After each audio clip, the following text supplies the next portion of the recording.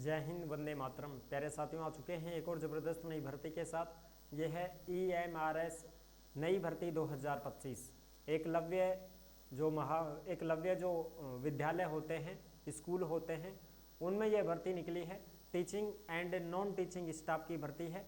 Official notification जारी हो चुका है, फॉर्म शुरू हो चुके हैं। संपूर्ण जानकारी आपको देंगे। ऑल इंडिया के महिला और पुरुष इसके लिए आवेदन कर सकते हैं। एज क्या है, योग्यता क्या है, चयन कैसे होगा, वेतन कितना मिलेगा, फॉर्म फीस कितनी लगेगी, कौन कौन आवेदन कर सकता है, A to Z जानकारी आपको इस वीडियो के माध्यम से दी जाएगी।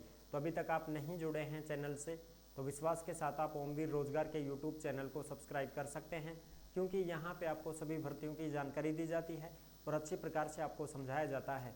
चलो शुरू करते हैं। मैं राजेश गुजर स्वागत करता हूँ आप सभी का एक और नई वीडियो में। आओ जी, फटाफट से हम इसके ऊपर बात करेंगे और पूरी जानकारी को अच्छी प्रकार से समझेंगे। और इसमें जो पद हैं वो पद भी अच्छे खासे हैं भाई। पद इसमें 7200 से प्लस हैं। 7200 प्लस पदों पर ये वैकेंसी है। एकलव्य आवासीय विद्यालय भर्ती 2025 EMRS नई भर्ती, teaching and non teaching staff, form शुरू, नोटिफिकेशन जारी, संपूर्ण जानकारी बिल्कुल ऑफिशियल नोटिफिकेशन के माध्यम से हम समझते हैं। ये रहा इसका ऑफिशियल नोटिफिकेशन जो आप यहाँ पे देख सकते हैं। एकलव्य मॉडल रेसिडेंटल स्कूल, तो ये रेजिडेंटल जो स्कूल हैं उसमें भर्ती निकली है भाई 2025 में। ठीक है जी, बिल्कुल। और अब चलते हैं, देखो इसके फॉर्म शुरू हो चुके हैं।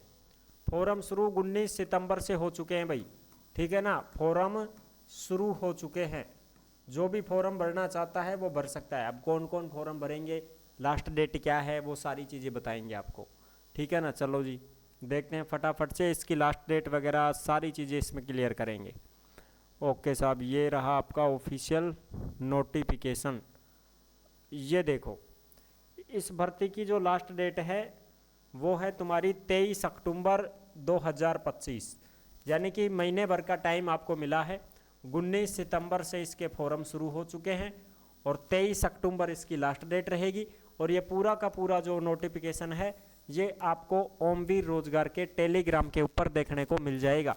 यानी कि जिस नाम से यूट्यूब चैनल है उसी नाम से टेलीग्राम चैनल है, उसी नाम से इंस्टाग्राम चैनल है, उसी नाम से फेसबुक आईडी है।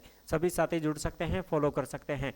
टेलीग्राम के ऊपर आपको भर्तियों से संबंधित जो अपडेट आती है, छोटी बड़ी खबरें आती हैं, सब वैकेंसियों की नोटिफिकेशन टेलीग्राम के ऊपर देखने को मिलती हैं। तो आप सभी साथी टेलीग्राम को जरूर ज्वाइन करें। और इंस्टाग्राम के माध्यम से आप ऑडियो कॉल करके हमसे बात कर सकते हैं। किसी भी भर्ती की जानकारी अगर आपको चाहिए तो आप हमसे संपर्क भी कर सकते हैं। ठीक है जी, चलो अब हम इसमें बात करते हैं और भी जो जानकारी है उसकी। लास्ट डेट तो मैंने आपको बताई दी है। ठीक है साहब, अब इसमें फॉर्म फीस की बात करते हैं। सबसे पहले फॉर्म फीस बहुत ज़्यादा ले रहे हैं भाई। देखो, जो कैंडिडेट SC का है, ST का है, PH कैंडिडेट है यानी कि दिव्यांग कैंडिडेट है, उनकी फ़ीस तो लगेगी 500 रुपये। किसी भी पोस्ट के लिए फॉर्म भर दो, चाहे प्रिंसिपल के लिए भर दो, चाहे PGT TGT के लिए भर दो, चाहे नॉन टीचिंग स्टाफ के लिए भर दो। SC ST और जितनी भी महिलाएं हैं उनकी, फीमेल यानी कि महिलाओं के लिए भी बहुत बढ़िया बात है कि भाई 500 रुपये फॉर्म फीस आपकी लगने वाली है। महिला चाहे किसी भी जाति की हो, 500 ही लगेंगे। ठीक है, बाकी के जो कैंडिडेट हैं वो कैंडिडेट जो बाकी के कैंडिडेट हैं उनकी लगेगी यहाँ पर फीस ज़्यादा भाई। कितनी लगेगी साहब?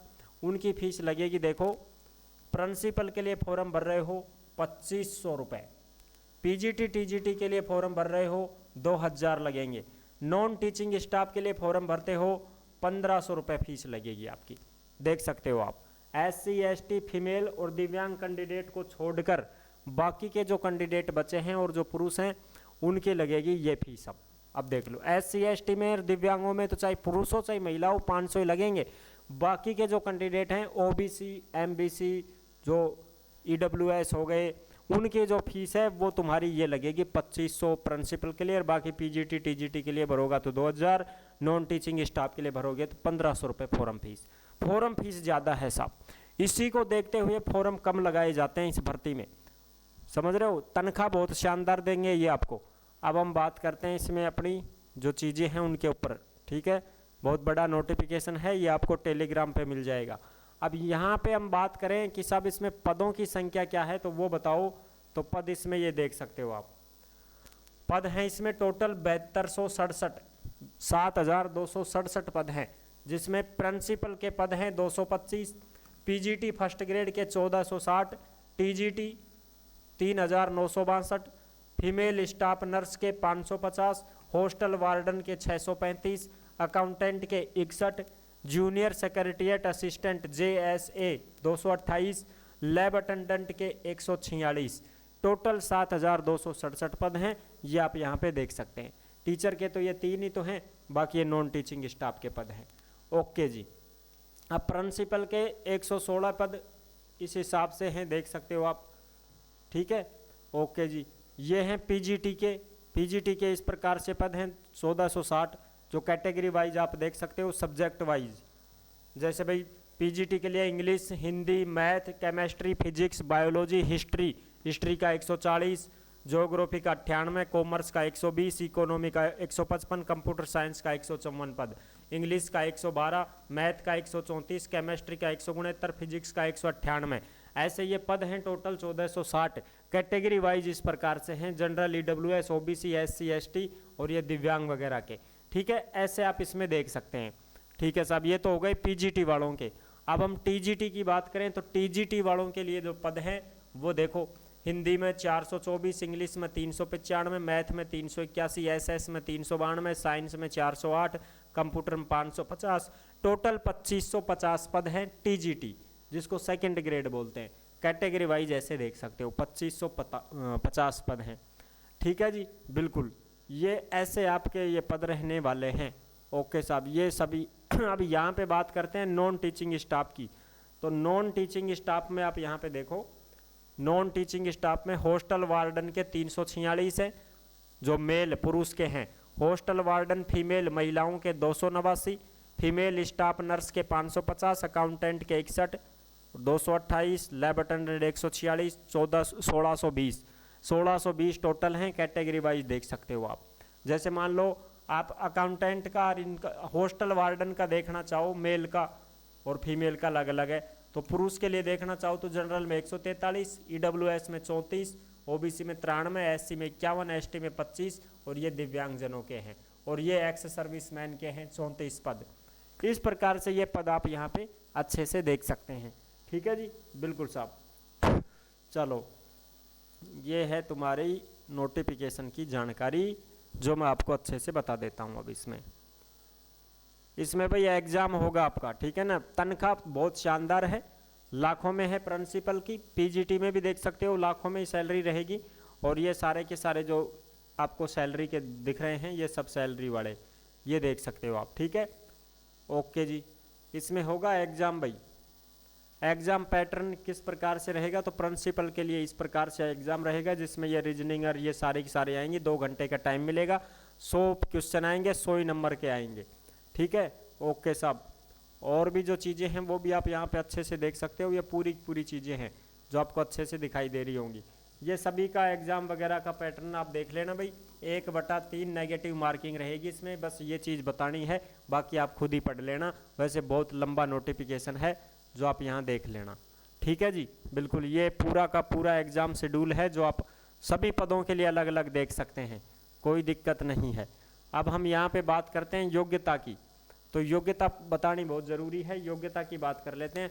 प्रिंसिपल कौन बन सकता है, एज क्या है, तो 21 से 50 साल एज है प्रिंसिपल की। तो अब और SC ST OBC इनको छूट भी मिलेगी, ठीक है। और जो पहले से ही EMRS का एम्प्लॉई है, पहले से कोई छोटे पद पर काम कर रहा है एकलव्य स्कूलों में, तो वो अगर फॉर्म भरना चाहता है तो भर सकता है। 55 साल तक की उम्र है उसकी, फॉर्म भर सकता है। मास्टर डिग्री होनी चाहिए प्रिंसिपल के लिए, 50% बनी हो मास्टर डिग्री में। BEd भी होनी चाहिए और BEd में भी 50% बनी हो, तो आप फॉर्म लगा सकते हैं। या फिर आप BEd वगैरह MAd वगैरह आपने कर रखी है तो भी आप फॉर्म लगा सकते हैं, ठीक है जी। बिल्कुल, ये तो हो गई प्रिंसिपल से संबंधित बात। अब हम फर्स्ट ग्रेड की बात करेंगे पीजीटी की। तो पीजीटी में सीटेट नहीं मांगी जाती है। पीजीटी के लिए क्या होता है, 21 साल से 40 साल तो एज है जनरल की। SC ST को 5 साल की छूट है, OBC को 3 साल की छूट है, ठीक है। ओके साहब। इसमें क्या चाहिए, अगर आप इंटीग्रेटेड पोस्ट ग्रेजुएशन कर रखी है आपने और उसके साथ में 50% है ठीक है। बीएड भी होनी चाहिए पीजीटी में। पीजीटी में यही चलता है, एक तो आपने भाई स्नातक कर रखी हो, उसके बाद में पीजी कर रखी हो, पीजी में 50% आपकी होनी चाहिए, मास्टर डिग्री जिस सब्जेक्ट से आप हो, और प्लस में आपकी बीएड होनी चाहिए। बस इसमें यही मांगा जाता है, पीजी प्लस बीएड, यही चाहिए भाई पीजीटी के लिए, फर्स्ट ग्रेड के लिए। ठीक है, ओके सर, ये चीज़ हो गई क्लियर। बीएड की डिग्री में भी 50% होनी चाहिए और पीजी में भी 50% होनी चाहिए। अब हम बात करते हैं, और पीजीटी के जो सब्जेक्ट हैं वो आप देख सकते हो, कौन से सब्जेक्ट से फॉर्म भरना चाहते हो, तो वही आपकी पीजी कंप्लीट होनी चाहिए। ठीक है साहब। अब हम बात करेंगे पीजीटी के बाद में टीजीटी की। तो टीजीटी में सीटेट मांगा जाता है भाई। टीजीटी होती है सेकंड ग्रेड, इसमें 18 साल से 35 साल है, 18 साल से 35 साल है। SC ST को 5 साल, OBC को 3 साल की छूट है।